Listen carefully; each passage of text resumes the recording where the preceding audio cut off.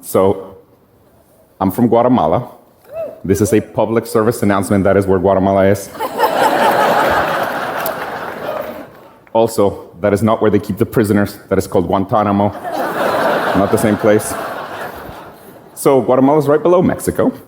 And for the Americans in the audience, and let this sink in because it really applies in most ways. For the Americans in the audience, you can think of it as Mexico's Mexico.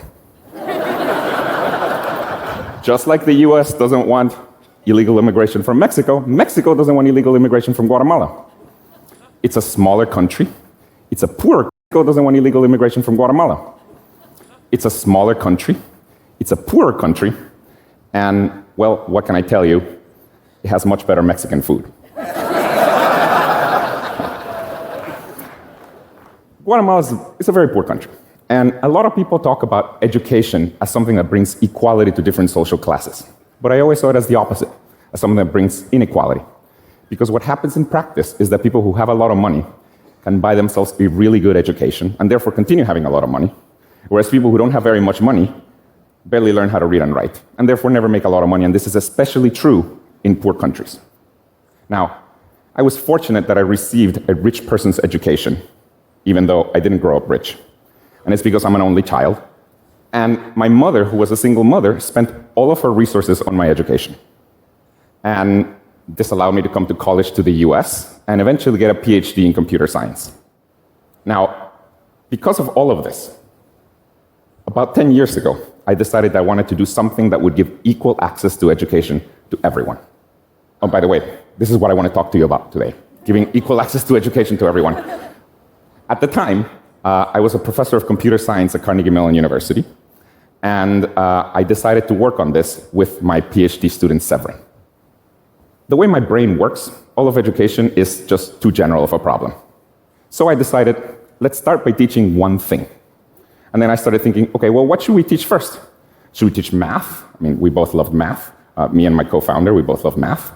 And, we didn't decide to do math. Then we started thinking, well, maybe we should teach computer science. But eventually, and this is maybe surprising to people in North America, eventually we decided that the best subject to start with was teaching foreign languages. And let me tell you why. There's a number of reasons. One of them is that there's a huge audience for it. There's about 2 billion people in the world learning a foreign language, both in school and outside of schools. Most of these people, by the way, are learning English. About 80% of them are learning English. In this weird map right here, all the countries in green are countries in which people are predominantly learning English. And the reason for that is because English can truly transform your life. In most countries in the world, knowledge of English can significantly increase your income potential. So this is another reason why we decided to start with foreign languages, and it's because you can directly make more money if you learn another language, in particular English. And see, this is pretty different than many other subjects. For example, take math.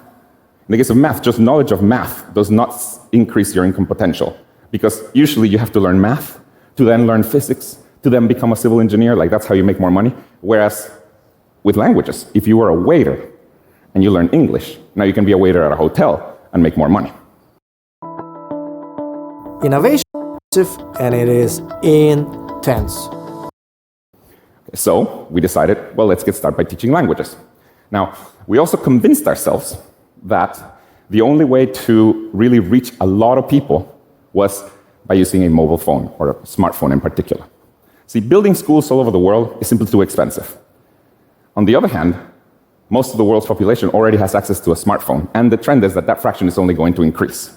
So we decided at the time that we would make a way to learn foreign languages on a mobile phone that was accessible to everyone. And then we called it Duolingo.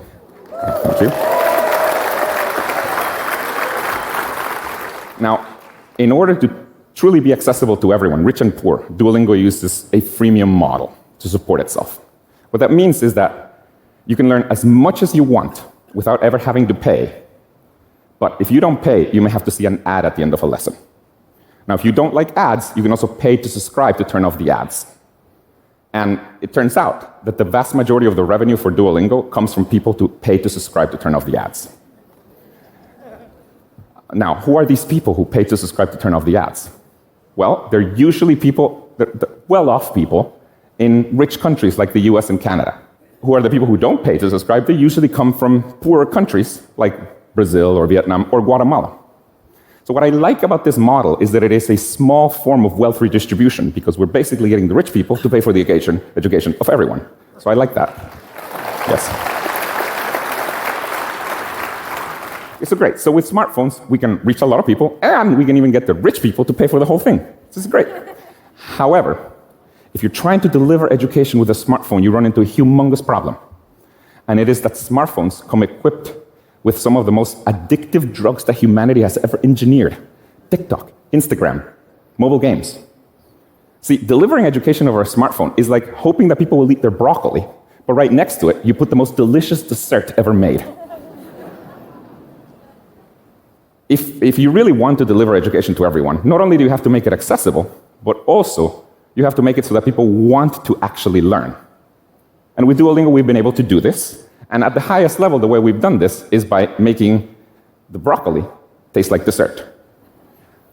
I'll say it another way. What we've done is that we've used the same psychological techniques that apps like Instagram, TikTok, or mobile games use to keep people engaged. But in this case, we use them to keep people engaged, but with education. Let me give you some examples of these techniques. One of the most powerful ones is the notion of a streak. What a streak is just a counter that measures the number of days that you've used the product consecutively. You just take that number, you put it very prominently in your product, and then people come back every day. And the reason people come back every day is because, well, if they don't come back, that number resets to 0, and people don't want to lose their streak. It works. Now, on the one side, streaks have been criticized for example, getting teens addicted to Snapchat. But in the case of an educational app, streaks get people to come back to study every day. Now, to give you an idea of the power of streaks, in the case of Duolingo, we have over 3 million daily active users that have a streak longer than 365.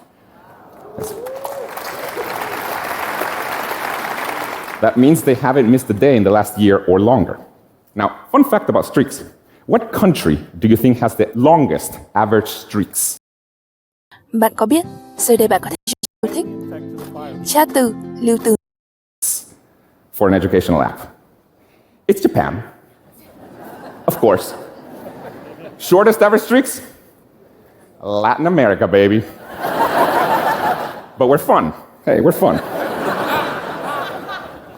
Another important mechanism to get people to come back to your product are notifications. On the one side, notifications can be really spammy and annoying, but in the case of an educational product, people actually want to be reminded to learn. In the case of Duolingo, we have a very sophisticated AI system that basically chooses when to send a notification and also what to say in each notification to maximize the probability that people come back. Now, interestingly, even after all this sophistication, it turns out that the algorithm for choosing what time to send you a notification is pretty simple. You know what is the best time to send people a notification? Well, I'll tell you. It's 24 hours after they used the product last. Because, and there's an easy explanation. If you were free yesterday at 3 p.m., you're probably free today at 3 p.m. as well. So this is what a very sophisticated millions of dollars of AI found. It's funny. Now, with notifications, you shouldn't be spamming. And we're not spammy. With Duolingo, we actually stop sending notifications after 7 days of inactivity. So if you don't use Duolingo for 7 days, we stop sending you notifications. Now, at some point, it occurred to us, if we're stopping to send people notifications, we should let them know. So we started sending this notification to people saying, hey, these reminders don't seem to be working. We'll stop sending them for now. You know what people do when they get this notification? They come back. Passive aggressive. Works for my mother, works for Duolingo.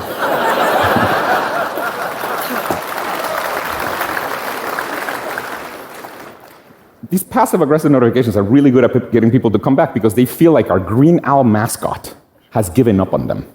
So they come back. And speaking of our green owl mascot, by the way, because all our notifications come from our green owl mascot, and, well, he's passive-aggressive and also pretty pushy, this has given rise to a lot of memes on the internet that make fun of just the great lengths that he will go through to get you back to learn a language. Here's one of my favorite ones. It's a meme. It's one of my favorite ones. It's basically, looks like you forgot your Spanish lessons, and then there's an intruder alert. Presumably the owl broke into your house to get you to learn a language. Now, Duolingo has entered the zeitgeist. And there's thousands of memes, there's SNL skits about it. And it's because we've managed to get people to want to learn a language by using the same techniques that mobile games and social media use to get people engaged. And this is a really important point, let me say this. I don't actually believe that there's a way to make an educational app be as engaging as something like TikTok or Instagram or mobile games. But the good news is that, and by the way, the reason I don't believe that is because ultimately you have to teach people something, and it's hard to compete with like cats and celebrities. But the good news is that I don't think you have to. See, here's the thing. When you're learning something, you get meaning out of it. Whereas when you're scrolling for 2 hours on Instagram, a lot of times afterwards, you feel like you just wasted your time. So I think it's actually okay if your educational product is only 80 or 90% as engaging as something like TikTok, because the other 10 or 20% will be provided by people's internal motivation, though of course not much more than that. This is really a key point. If you want to get people to do something meaningful, you can use the same techniques that apps like social media use to get people to do it. And even if you're not as engaging as those apps are, you can still get hundreds of millions of people to use your product.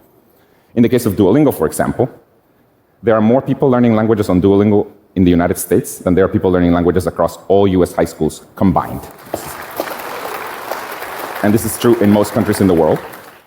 My hope is that, well, I know we can do this, but my hope is that as humanity, we can do what Duolingo has done for learning languages, but for all other subjects, where we can get people to learn math with mobile phones, like millions of people to learn math with mobile phones, or physics, or whatever.